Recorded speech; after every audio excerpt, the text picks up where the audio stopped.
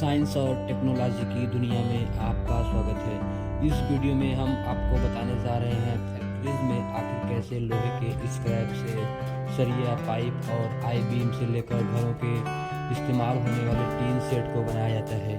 तो चलिए बिना किसी देरी के वीडियो को शुरू करते हैं। लोहे या स्टील की कुछ भी चीज़ बनाने के लिए सबसे पहले फैक्ट्रीज में लोहे के स्क्रैप को लाया जाता है। लोहे के स्क्रैप में पुराने लोहे के सामान और लोहे के कई तरह के टुकड़े शामिल होते हैं। फिर लोहे के स्क्रैप को वर्कर्स द्वारा एक ट्राली में लोड किया जाता है। फिर लोहे के स्क्रैप से भारी को एक बड़ी सी खारिज तक लाया जाता है। यहाँ इस करौली से स्क्रैप को काफ़ी सावधानी से इसमें डाल दिया जाता है। ये मेल्टिंग फर्नेस लोहे के स्क्रैप को पिघलने का काम करती है, लिक्विड में बदल जाता है। तो इस पूरे कंटेनर को एक ट्रेन की मदद से बाहर निकाल दिया जाता है। फिर इस मेल्टेड लिक्विड को एक छोटे कंटेनर में ले जाया जाता है। यहाँ से इस लिक्विड को इन मोल्ड में डाल दिया जाता है। इस तरह से थोड़ा थोड़ा करके इस लिक्विड को इन सभी मोल्ड में डाल दिया जाता है। थोड़ी देर ठंडा होने के बाद इन मोल्ड से in red hot I beam को बाहर निकाल दिया जाता है। फिर इन बीम्स को ठंडा होने पर एक जगह कलेक्ट कर लिया जाता है। इन बीम्स की मदद से ही अब लोहे के सारे प्रोडक्ट बनाए जाते हैं।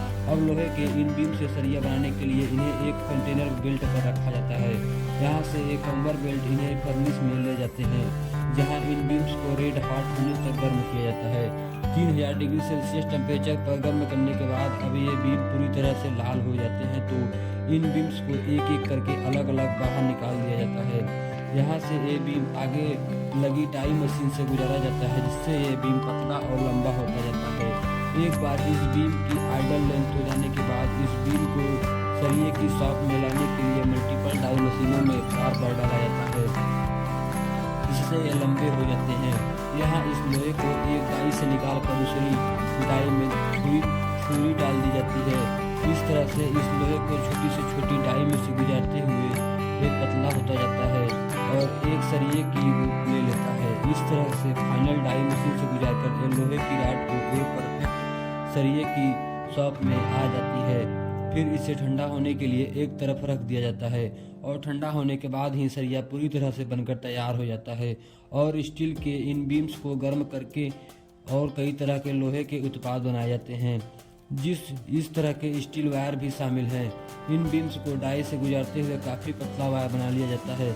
इस वायर डाई मशीन की मदद से तेज़ी से छालों के रूप में आगे की तरह कन्वेयर पर फेंक दिया जाता है, जिसके बाद ये आगे ठंडा होता जाता है। फिर इस वायर को एक अलग प्लेटफॉर्म पर इकट्ठा करके इनके रोल बना लिए जाते हैं। और इसी तरह से आई बीम बनाने के लिए भी इन्हीं लोहे के बीट्स का इस्तेमाल किया जाता है।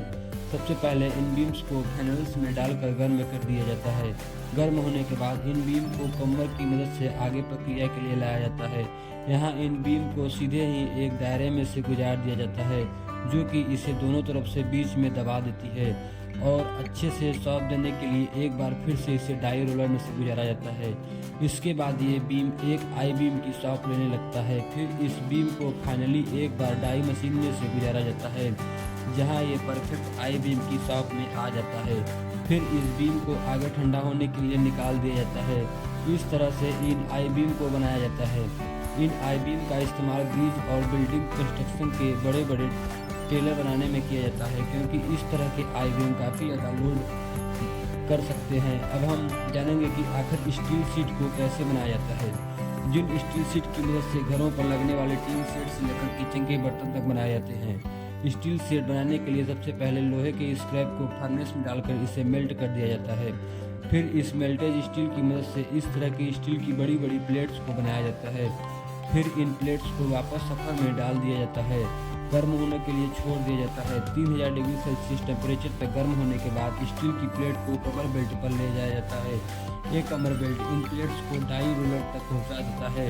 यहाँ इस मेटल प्लेट को दो रोलर के बीच में गुजारते हुए, जिससे प्लेट लंबी और पतली होती जाती है। इस तरह से इस प्लेट को कमर की मदद से बार बार रोलिंग डाई मशीन के नीचे से गुजारा जाता है, जिससे इस प्लेट के थिकनेस की काफ़ी कम होती जाती है और इसकी लंबाई बढ़ती जाती है। जब इसकी लंबाई काफ़ी ज़्यादा बढ़ जाती है तो फिर इस स्टील को कोयले में से लपेट कर रोल करते हुए इस स्पीकी रोलर में से तब तक गुजारा जाता है जब तक कि ये सीट अपनी आइडल थिकनेस तक नहीं पहुंच जाती। सीट पूरी तरह से अपने आइडल थिकनेस तक पहुंच जाए तो फिर इस सीट को आगे की तरफ से एक कॉइल बना दिया जाता है और फिर इसे ठंडा होने के लिए छोड़ दिया जाता है। ठंडा होने के बाद स्टील कॉइल को एक मशीन में सेट करके इसकी सीट की पॉलिशिंग की जाती है। इसके बाद ये स्टील की चमकदार सीट पूरी तरह से बनकर तैयार हो जाती है। अब हम सबसे पहले देखते हैं कि स्टील सीट से टीन सीट कैसे बनाए जाते हैं। टीन सीट बनाने के लिए सबसे पहले स्टाल सीट के रोल को इस मशीन के ऊपर फिक्स कर दिया जाता है। इसके बाद यह मशीन इस सीट को आगे खींचते हुए डाई रोलर के एक लंबे प्लेटफॉर्म पर चलती जाती है। यहाँ बीच के डाई रोलर इस सीट को प्रेस करते हुए इसमें नाले की शॉप में डिजाइन बनाती जाती है। जैसे ही यह सीट आगे बढ़ती जाती है इसमें लगे रोलर्स की संख्या भी बढ़ती जाती है।